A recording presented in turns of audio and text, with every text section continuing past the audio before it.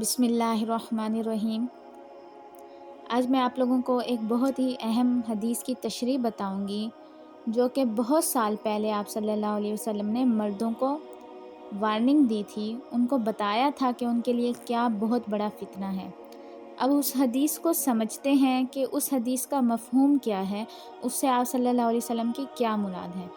تو آپ صلی اللہ علیہ وسلم نے فرمایا، میں نے اپنے بعد مردوں کے لیے عورتوں کے فتنے سے بڑھ کر نقصان دینے والا اور کوئی فتنہ نہیں چھوڑا ہے۔ نبی کریم صلی اللہ علیہ وسلم کے یہ الفاظ ہمیں ایک بہت گہری حقیقت سے روشناس کرواتے ہیں۔ اللہ تعالیٰ نے مرد اور عورت دونوں کو فطری کشش کے ساتھ پیدا کیا ہے۔ اگر اس کشش کو غلط رخ پر استعمال کیا جائے تو یہی نعمت فتنہ بن جاتی ہے۔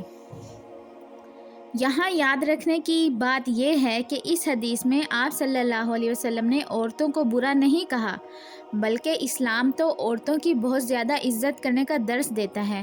ماں کے روپ میں، بیٹی کے روپ میں، بیوی کے روپ میں اسلام نے ہر جگہ پر عورت کو عزت دی ہے۔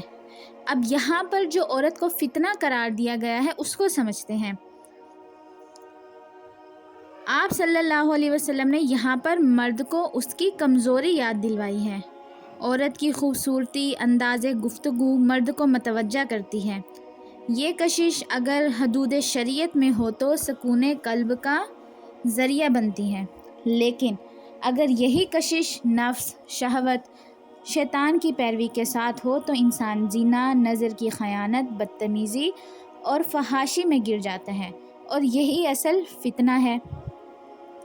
اسلام عورت کو مجرم نہیں بناتا۔ اسلام عورت کو فتنہ کہہ کر اس کی قدر کم نہیں کرتا، بلکہ مرد کو یہ سمجھاتا ہے کہ اگر مرد اپنی نیت اور نظر پر قابو نہ رکھے تو ایک پاکیزہ عورت بھی اس کے لیے فتنے کی شکل اختیار کر سکتی ہے۔ لہٰذا جہاں مرد کو اپنی نظر قابو میں رکھنے کا کہا گیا ہے، وہاں عورتوں کو بھی یہ تنبیہ کی گئی ہے کہ وہ اپنے پردے کا خیال رکھیں، بے پردگی اور عریانی سے بچیں، بن سنور کر گھر سے نہ نکلیں، بلکہ اگر بہت زیادہ ضرورت ہو تو گھر سے نکلیں، ورنہ اپنے گھروں میں ہی رہیں۔ اپنی حیا اور پاک دامنی کا خیال رکھیں۔ آج کے دور کے لیے بہت اہم پیغام۔ سوشل میڈیا، فحاشی، بے پردگی اور مرد و زن کے اختلاط نے اس فتنے کو مزید خطرناک بنا دیا ہے۔ نوجوان نسل، خاص طور پر مرد، اس آزمائش کا شکار ہو رہے ہیں۔ اس حدیث کے ذریعے نبی کریم صلی اللہ علیہ وسلم نے ہمیں خبردار کیا ہے کہ شیطان اس دروازے سے بہت سے لوگوں کو گمراہ کرے گا۔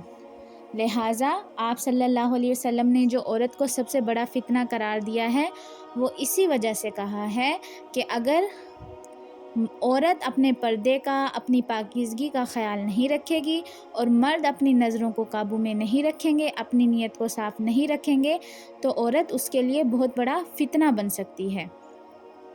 لہٰذا دونوں کو، مرد و زن دونوں کو اپنی طرف سے پوری کوشش کرنی چاہیے کہ وہ اس فتنے سے بچیں۔ جزاک اللہ خیرا و احسن جزا فی الدارین۔